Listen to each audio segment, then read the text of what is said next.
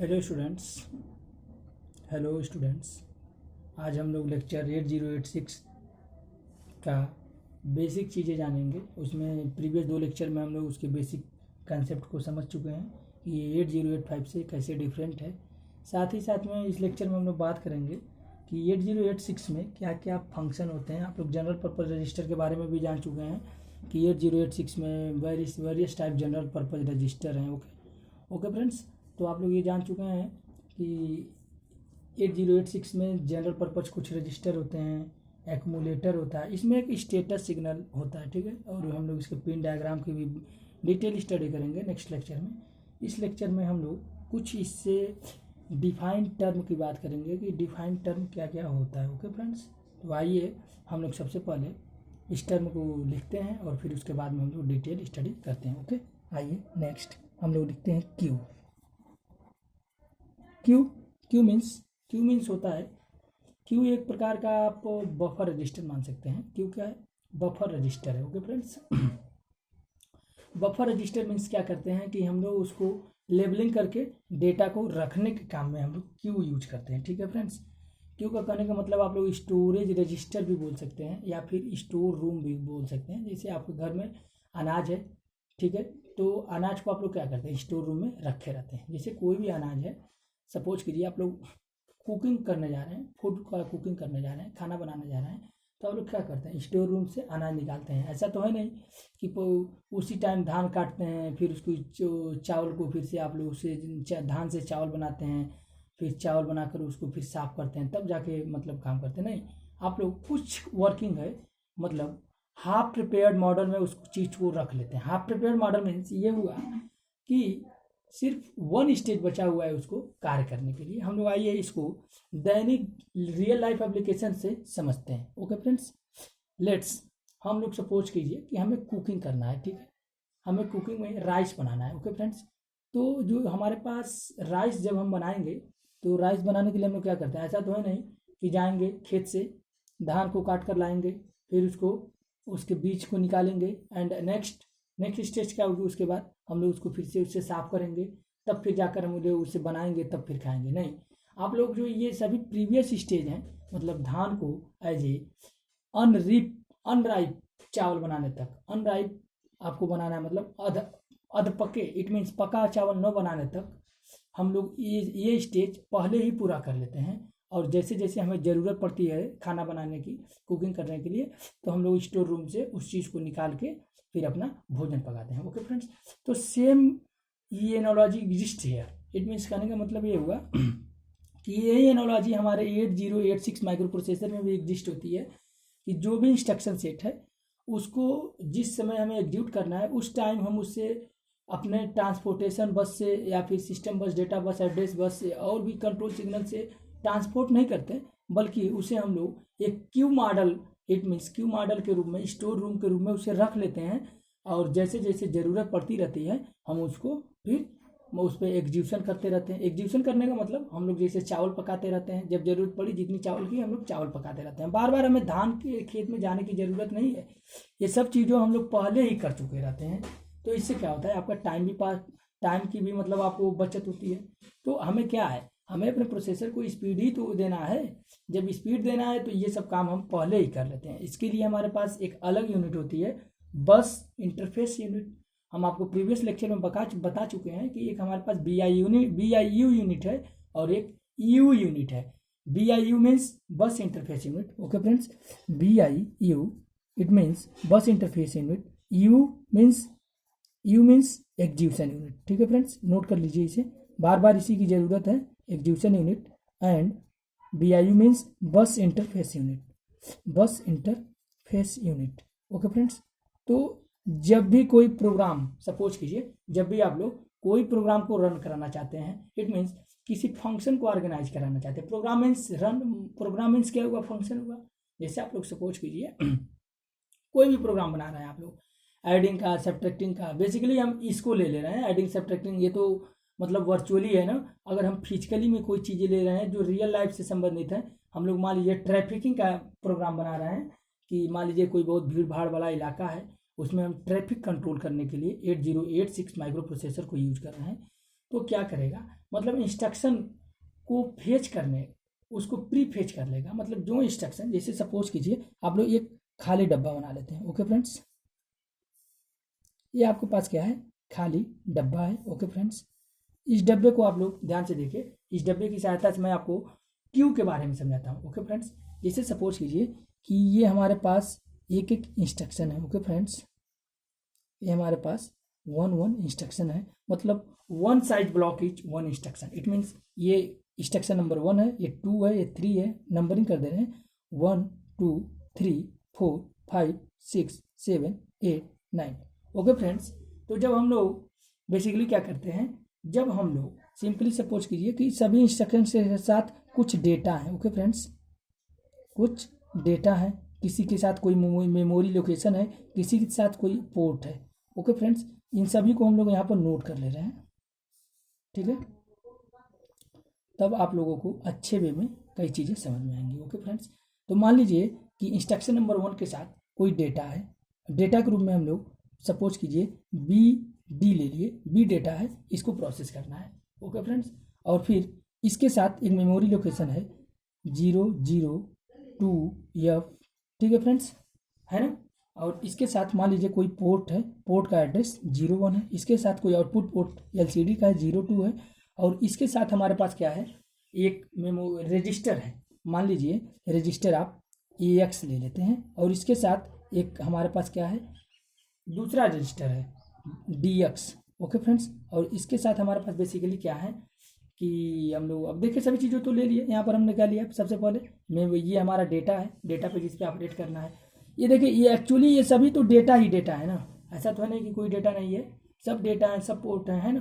तो देखिए हम लोग इसको कैटेगराइज कर लिए हैं, कैटेगराइज कर लिए हैं। ओके फ्रेंड्स, इसको हम लोग क्या कर लिए हैं, कैटेगराइज कर लिए हैं।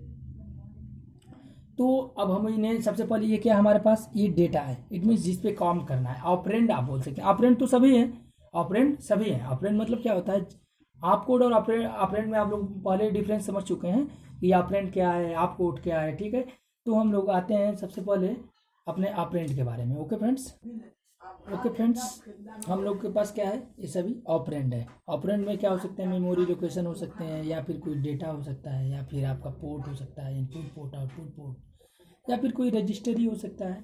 ठीक है, तो इन सब चीज़ है हमारे पास। ठीक है, तो आपको अब ये सिंपल वर्ड्स में ये समझिए कि इन सभी इंस्ट्रक्शन को माइक्रो प्रोसेसर एग्जीक्यूट करने वाला है। ओके फ्रेंड्स, तो 8085 में क्या होता था कि जो हमारे पास 8085 माइक्रो प्रोसेसर था, वो बेसिकली क्या करता था कि 1 बाय 1 इस इंस्ट्रक्शन को एग्जीक्यूट किया। ओके फ्रेंड्स, फिर अब इस इंस्ट्रक्शन को एग्जीक्यूट करेगा। तो देखिए ये 8086 में भी ऐसा ही होता है, बट इन सभी ये देखिए, जैसे मान लीजिए कि ये वाले इंस्ट्रक्शन को ये एग्जीक्यूट कर रहा है। ठीक है फ्रेंड्स, तो उस टाइम क्या होगा, जब वो एग्जीक्यूट कर रहा है तो उस टाइम फिर एग्जीक्यूट करता रहेगा, ये डेटा नहीं लेगा, तो दोबारा ये डेटा लेने जाएगा, तब जाके उस पर वर्क करेगा। इट मीन्स करने का मतलब ये हुआ सिंपल वर्ड्स में कि पहले ये इंस्ट्रक्शन को एग्जीक्यूट करेगा, ओके बाद उसके बाद से सेकंड वाले इंस्ट्रक्शन का फिर ले जाकर डेटा लेगा, मेमोरी लोकेशन को ले आएगा। इट मीन्स करने का मतलब ये हुआ सिंपल वर्ड्स में कि अगर ये सोचिए आप लोग कि बहुत सारे स्टूडेंट्स हैं, उन सभी को घर पे पहुंचाना है। ठीक है, तो अगर सभी इधर उधर लोकेशन से हैं, इट मीन्स करने का मतलब ये हुआ महाराजगंज में आप लोग रहते हैं। ठीक है फ्रेंड्स, स्टूडेंट्स, तो आप लोग महाराजगंज में रहते हैं तो वहाँ देखते हैं कि सभी लोग का रूम इधर उधर है, लेकिन अगर उन सभी को एक जगह इकट्ठा कर दिया रहा है कि इकट्ठा कर दिया जाए, इट मीन्स बस स्टेशन पे सबको ला कर रख दिया जाए और वहाँ से सभी को मतलब एक जगह टूर पे ले जाना हो, तो ये बेटर आइडिया है, बेटर अप्रोचेज है एज कम्पेयर टू घर बाई घर, हाउस बाई हाउस एक एक लोग को ले जाने की अपेक्षा में। ठीक है फ्रेंड्स, तो ये हमारे पास 8085 में क्या है कि जितना टाइम ये सेकंड वाले इंस्ट्रक्शन से डेटा लेगा, ठीक है, अब उस डेटा लेने के बाद फिर से उसको एग्जीक्यूट करेगा, इसी प्रकार थर्ड वाले इंस्ट्रक्शन से डेटा लेगा और फिर उसके बाद वो एग्जीक्यूट करेगा। तो क्या है, बार बार डेटा लेने में उसका टाइम क्या हो जा रहा है, मतलब टाइम स्पेंड हो रहा है। तो इसी टाइम को हम लोग बचा के अपने एग्जीक्यूशन यूनिट मतलब बचा कर किनारे रख देते हैं, और इससे हमारे परफॉर्मेंस में काफ़ी सुधार होता है। क्योंकि सोचिए आप लोग, अगर हमारे पास कोई ऐसा इंस्ट्रक्शन है 8085 में जिसमें 2 बार रीड करना है, 2 बार राइट करना है, तो 2 बार बस मतलब 8 बिट का, ये तो 8 बिट का है। देखिए सबसे बड़ा परफॉर्मेंस सुधार करने का क्या तरीका है कि जो प्रीवियस वाले थे 8085 माइक्रो प्रोसेसर, ये तो 8 बिट का है वो, पहली बात। और दूसरी बात वन बाय वन करके वो डेटा ले रहा है, फिर उसको रीड कर रहा है, फिर राइट कर रहा है। तो रीड करने के लिए क्या है, बस जाएगा, जो हमारे पास डेटा बस है वो डेटा बस जाके रीड करेगा, उस पर डेटा प्लेस करेगा एंड फिर राइट करेगा। तो मान लीजिए किसी कोई ऐसा इंस्ट्रक्शन है जिसमें 2 बार रीड और 2 बार राइट है, और रीड और राइट के लिए आप जानते हैं 3 टी स्टेट्स असाइन किए गए हैं, ठीक है। तो हम लोग आइए बेसिकली एक कैलकुलेशन करके देखते हैं कि हमारा कितना टाइम मतलब बेकार हो गया, एग्जीक्यूशन के अलावा कितना टाइम हमारा ट्रांसपोर्टेशन में खर्च हो गया। ओके फ्रेंड्स, जैसे सपोज कीजिए कि आपके पास कोई ऐसा इंस्ट्रक्शन है जिसमें 2 बार रीड है और 2 बार राइट है। ओके फ्रेंड्स, RRWW, तो ये ऐसे ही 12 टी स्टेट हो गए। अगर 1 टी स्टेट में 0.5 माइक्रोसेकंड लग रहा है तो आपको लगभग 6 माइक्रोसेकंड का आपका टाइम स्पेंड हो गया 2 बार रीड करने में, 2 बार राइट करने में। तो आप भी जानते हैं कि प्रोग्राम में many times read and right करना पड़ता है, इससे हमारे पास क्या है, परफॉर्मेंस में कमी आती है। और उसी परफॉर्मेंस को कमी को दूर करने के लिए हम लोग 8086 को अपना इम्प्रूव किए थे कि उसमें कुछ ऐसा किया जाए, एक ऐसा बेटर अप्रोच किया जाए कि बार बार उसको रीड और राइट नहीं करना पड़े। ओके फ्रेंड्स, रीड राइट तो तब पर भी करेगा बट एट द पैरेलल से सेक्शन, इट मीन्स इधर एग्जीक्यूशन भी होता रहेगा और रीड राइट भी होता रहेगा। यहाँ पर पहले एग्जीक्यूट हुआ, फिर रीड राइट हुआ, फिर एग्जीक्यूट हुआ, फिर रीड राइट हुआ। तो इन सभी चीज़ों से बचने के लिए हम लोग 8086 में BIU यूनिट बनाए, बस इंटरफेस यूनिट। तो बेसिकली क्या करेगा कि जितने भी इंस्ट्रक्शन को उसको एग्जीक्यूट करना है, उन सब से रिलेटेड जितना भी डेटा है, ऑपरेंड है, डेटा है, पोर्ट है, उन सभी चीज़ों को वो एक सिंगल स्टोर रूम में यहाँ पर जिसे ले जाकर स्टोर कर देगा, है ना फ्रेंड्स। तो इसको हम बोलेंगे क्यू। तो क्यू में डेटा ऐसा नहीं है कि आर्बिट्री वे में स्टोर होता है, क्यू में जो डेटा होता है एज ए सीक्वेंस मैनर में, ताकि सीक्वेंसिंग में खराब हो जाए, है ना। अभी हम आप लोग को प्रीवियस लेक्चर में बताए थे कि जो हमारे पास, जैसे हमारे पास कोई मेहमान आ रहे हैं, फंक्शन होने वाला है, तो सबको एज ए सीक्वेंसिंग रूम में रखा जाता है। मतलब जिसके पास बैग है उसका बैग बैग वाले रूम में जमा होगा, जिसके पास बेल्ट है वो बेल्ट वाले रूम में जमा करेगा। ओके फ्रेंड्स, तो इन सभी डेटा को क्या करता है, स्टोर रूम एज ए, जिसको हम लोग क्यू बोलते हैं, तो क्यू को स्टोर करता रहेगा, ठीक है फ्रेंड्स। तो सपोज कीजिए कि हमारे पास 8086 माइक्रो प्रोसेसर इंस्ट्रक्शन नंबर 1 को एग्जीक्यूट कर रहा है, ठीक है। पहले इससे डेटा लिया और इसको एग्जीक्यूट करना स्टार्ट किया। जितने टाइम में एग्जीक्यूट करेगा उसी टाइम में इसके पैरेलल में BIU यूनिट इंस्ट्रक्शन नंबर 2, 3, 4, 5, 6 लगभग 5 इंस्ट्रक्शन के डेटा को ले जाके वो क्यू में रख देगा। ओके फ्रेंड्स, फिर ये इंस्ट्रक्शन नंबर 1 एग्जीक्यूट हुआ तो इंस्ट्रक्शन नंबर 2 को एग्जीक्यूट करने जाएगा। तो अब इंस्ट्रक्शन नंबर 2 को एग्जीक्यूट करने के लिए उसे डेटा लेने की ज़रूरत नहीं है, डायरेक्टली क्या करेगा, वो क्यू से डेटा ऑटोमेटिक इसमें अपलोड हो जाएगा और फिर ये इसको एग्जीक्यूट करना स्टार्ट कर देगा। और इस वाले एग्जीक्यूट टाइम में BIU अगेन 7, 8, 9, 10 इंस्ट्रक्शन नंबर 7, 8, 9, 10 को 10 का डेटा को ले जाके क्यू में फिर से प्लेस कर देगा। इट मीन्स क्यू में एक ओर से डेटा आता रहता है और दूसरे ओर से डेटा इम्पटी होते जाता है। ये हमारे पास क्यू स्टोर रूम है, तो इसमें से ऐसे डेटा जा रहा है और इधर से डेटा हमारा एग्जीक्यूशन यूनिट को जा रहा है, ठीक है फ्रेंड्स।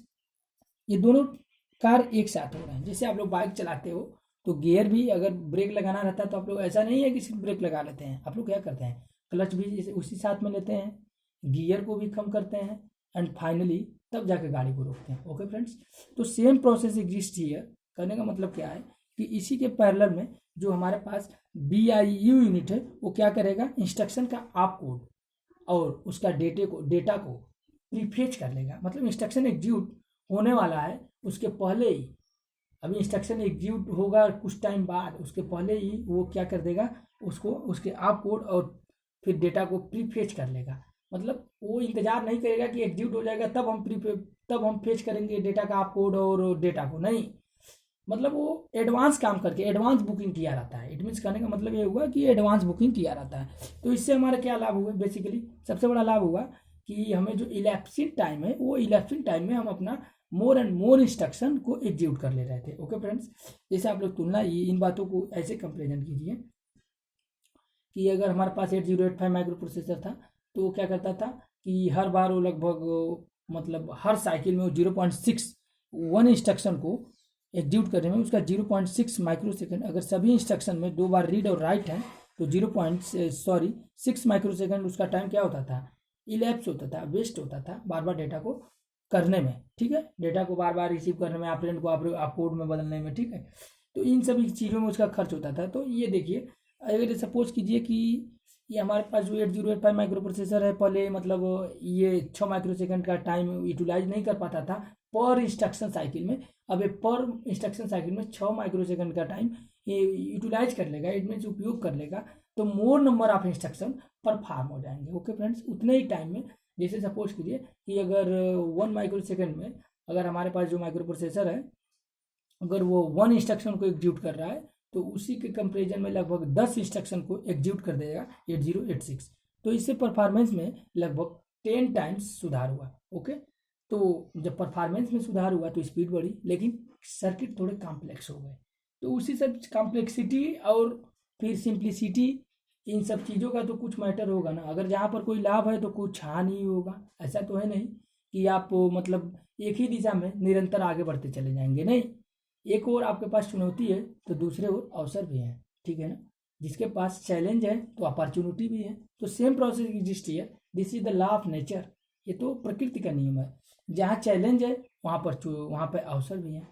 तो सेम प्रोसेस एग्जिस्ट हियर कहने का मतलब ये हुआ कि अगर हमारे पास यहाँ पर देखिए हमारे पास और कॉम्प्लेक्स सिस्टम बनाना पड़ा, एक क्यू अलग से रखना पड़ा। उस क्यू में सबसे पहले उसका आप कोड को वो क्या करता था, आप कोड और ऑपरेंड और जो भी उससे संबंधित डेटा इंस्ट्रक्शन से उनको एक क्यू में रखता था, प्रीफेच कर लेता था और उसके सहायता से वो क्या कर देता था, अपनी स्पीड बढ़ा देती। अब देखिए क्यू में होने के बाद क्या होगा, क्यू में होने के बाद आप कोड और जो भी डेटा है उन सभी का कंबाइन कोड को हम बोलते हैं object code. It means Q में कोई भी डेटा जाएगा या कोई भी मेमोरी लोकेशन से संबंधित कोई डेटा जा रहा है तो क्या करेगा वो, सबसे पहले इनको आप कोड को, ये जितने भी हमारे पास प्रीफेच हुए इंस्ट्रक्शन, उस इंस्ट्रक्शन को पहले वो आप कोड और ऑपरेंड के रूप में स्पेसिफाई करेगा कि ये इंस्ट्रक्शन नंबर 1 का, जैसे सपोज कीजिए ये इंस्ट्रक्शन नंबर 1 है और इसके मान लीजिए मूव करना है, मूव में डेटा है, ठीक है। तो उस डेटा को क्या करेगा, आप कोड और ऑपरेंड को एक क्यू में स्टोर करेगा और इन दोनों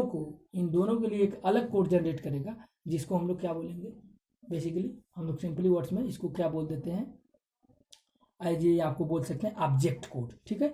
तो अब इस क्यू से जो डेटा जाएगा, आप समझिए ये हमारे पास एक क्यू है। ओके फ्रेंड्स, क्यू मीन्स आप लोग कतार भी समझ सकते हैं, सिंपल वर्ड्स में क्यू मीन्स आप लोग क्या बोल सकते हैं, कतार भी बोल सकते हैं।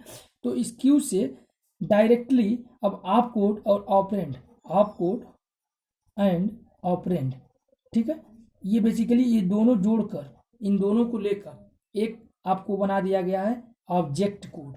ऑब्जेक्ट कोड मीन्स उसमें आप कोड भी है और ऑपरेंड भी है, मतलब क्यू भी एक प्रकार का, आप सिंपल वर्ड्स में बोल सकते हैं कि एक यूनिट होती है, ये स्टोरेज का ही काम नहीं करती।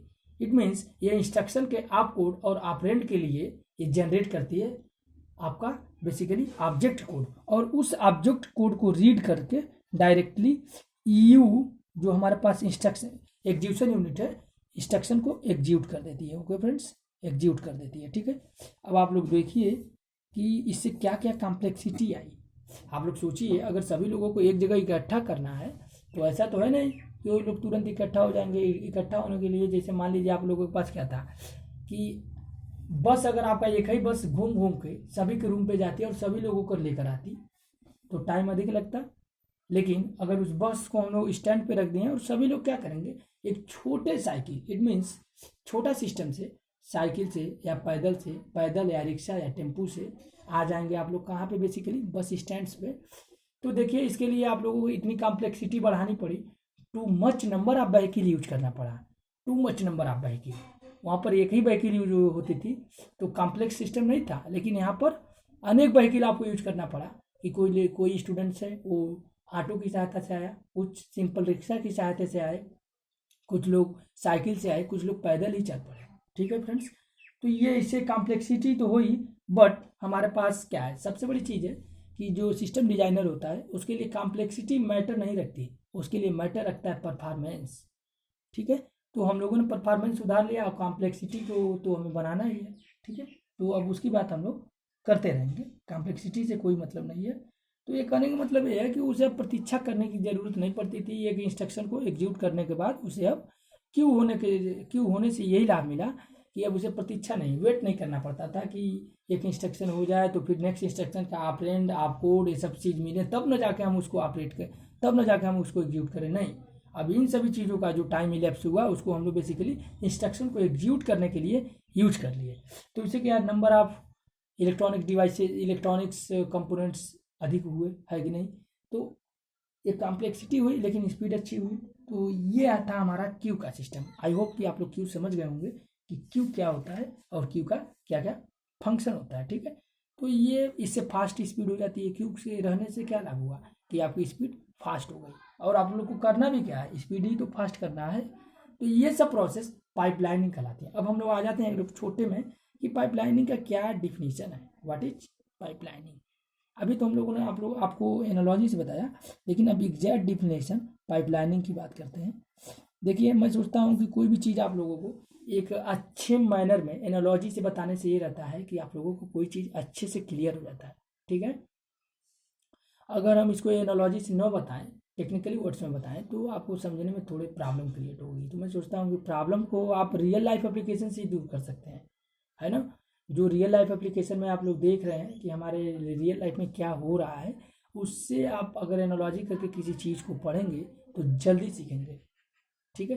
तो हम लोग आइए पाइपलाइनिंग की बात करते हैं कि what is pipelining in the technically word, ठीक है। ये टेक्निकली वर्ड है। तो देखिए, पाइपलाइनिंग मीन्स पैरेलल प्रोसेस, मतलब वन प्रोसेस हो रहा है और उसी के पैरेलल एक दूसरा भी प्रोसेस हो रहा है, ठीक है। तो ये हमारा पाइपलाइनिंग कहलाता है, ठीक है। Pipelining is define as a parallel process of two task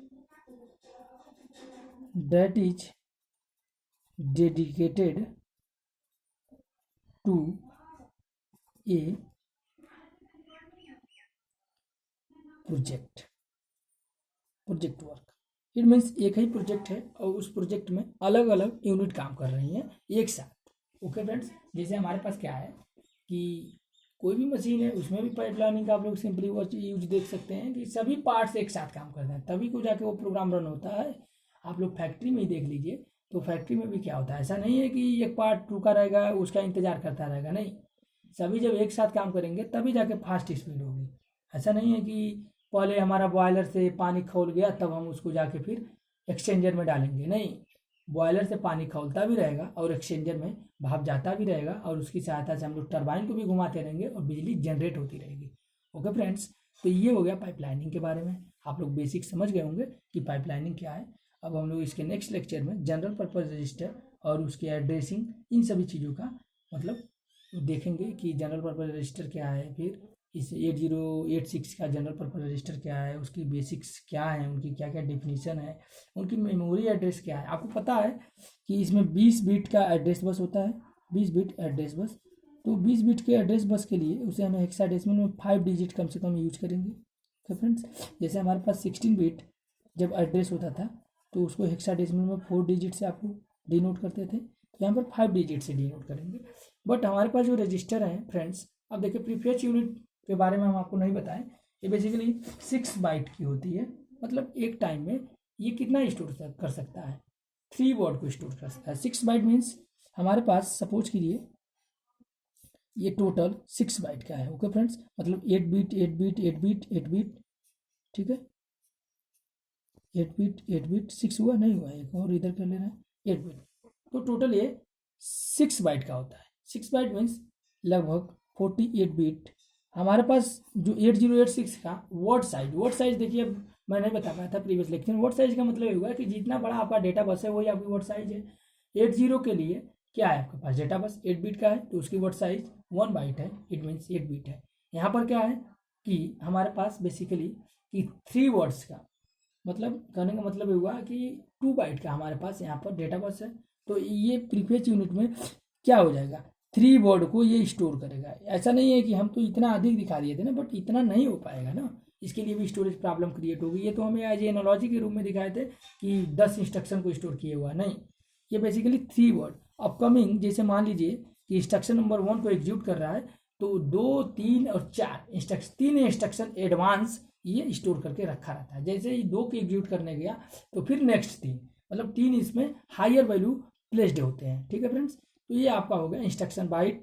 ठीक है, अब हम लोग नेक्स्ट लेक्चर में बात करते हैं जनरल पर्पस रजिस्टर। अभी इससे भी शुरुआत करेंगे इंस्ट्रक्शन बाइट के बारे में। ओके।